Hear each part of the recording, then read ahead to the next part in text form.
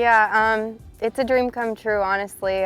Since I started the game at 5 years old, it's something me and my dad have always had our eyes set on. So to finally reach this is super exciting, and I'm not sure if it's even set in yet.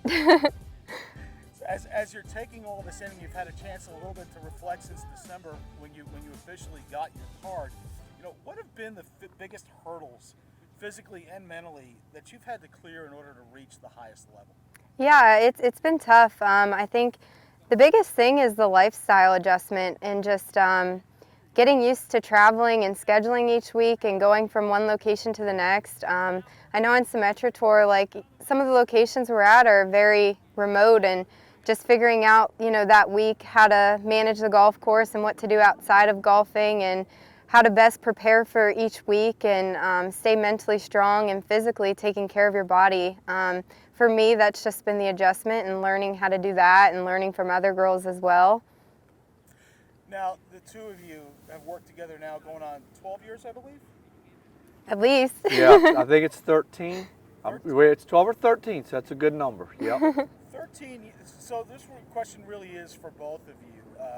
We'll start with you, Haylee. But when you think about your transition, your progression from junior golf to college golf to becoming a professional to now reaching the LPGA Tour, give us a sense of the scope and intensity of the off-course preparation that was involved, the practice that was involved to get to this point.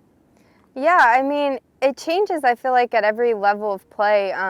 Growing up in junior golf, like, I played other sports as well and just tried to enjoy it, and was traveling and enjoying the game. And then once I got to college, it got a little more serious, but at the same time, you're managing your studies on top of golf. So your days were kind of revolved around both. But when I really hit that into professional golf, I mean, every day became, this is my job now, this is my career, and I'm thankful for that. But just managing, like, okay, how many hours am I going to practice? How many hours am I going to train? And that's been the biggest thing, I think.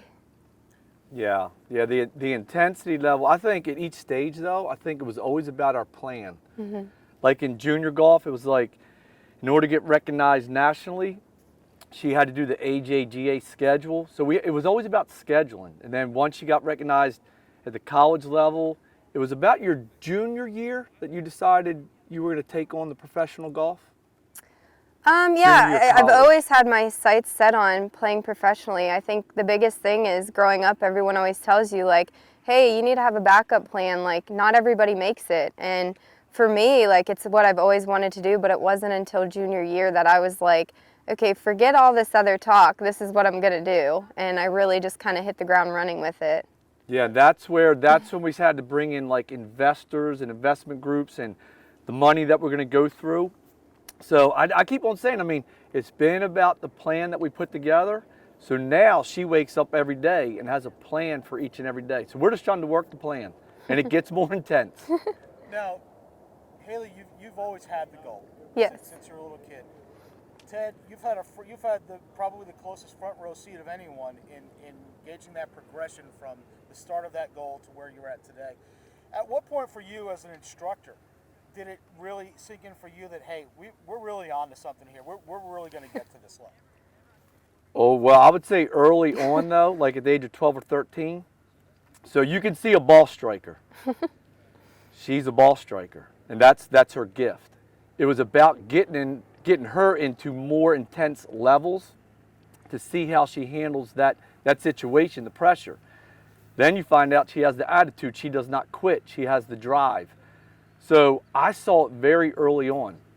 It's just been a matter of getting there. I mean, and that's where the 2 years on the Symetra, wow, the adversities and the challenges, and she overcame that. So we're really looking forward to this year, 1 year at a time. But I saw it very early on. Haylee, when you think about the players, some of the big names in golf, both past and present, when you think of the players who've been on the tours today, who are the ones today who come to mind when you think of those golfers whose style of play and preparation you would most like to emulate?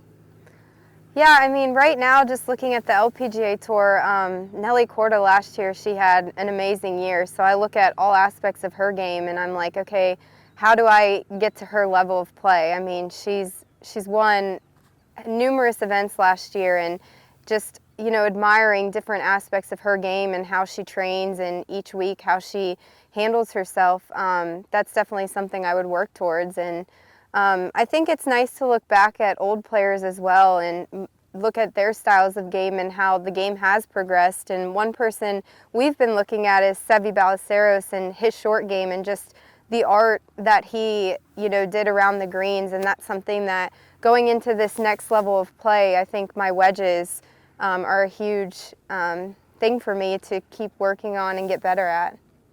Yeah, and I would throw Adam Scott in there. I mean, over the I years, do like Adam. as a great ball striker. Again, some of the players, they have certain gifts: putter, wedges, ball striking. She came out of the gates as a ball striker. The other areas are just a complete learning experience. So what we do is we do research. We read, we watch videos, we learn from other teachers and how other players are practicing. And we're trying to learn from the greats. As far as we're concerned, we think Seve had the best wedge in his hand at that time. So, oh yeah. Haylee, how would you ultimately define success in your rookie season on tour, and define your ultimate goals for 2022? Yeah, I'm definitely setting my goals high. I know I have what it takes to play with all the best on the LPGA Tour. So coming from this year, I'm looking at wins. I'm looking at playing in majors and possibly winning majors. I definitely know I have what it takes, and I just want to keep working until I can get there. Yeah, she's ready. So it was about getting here, like we said, and it was tough. Just a lot of adversities, but that's where we learn. So it's still going to be the same thing. I mean, we have, you know, starting out the season, we're going to have to qualify to get into events. Once we get into events, it's like, what are we going to do once we're there? She is ready, so we're, you know, preparing. That's it.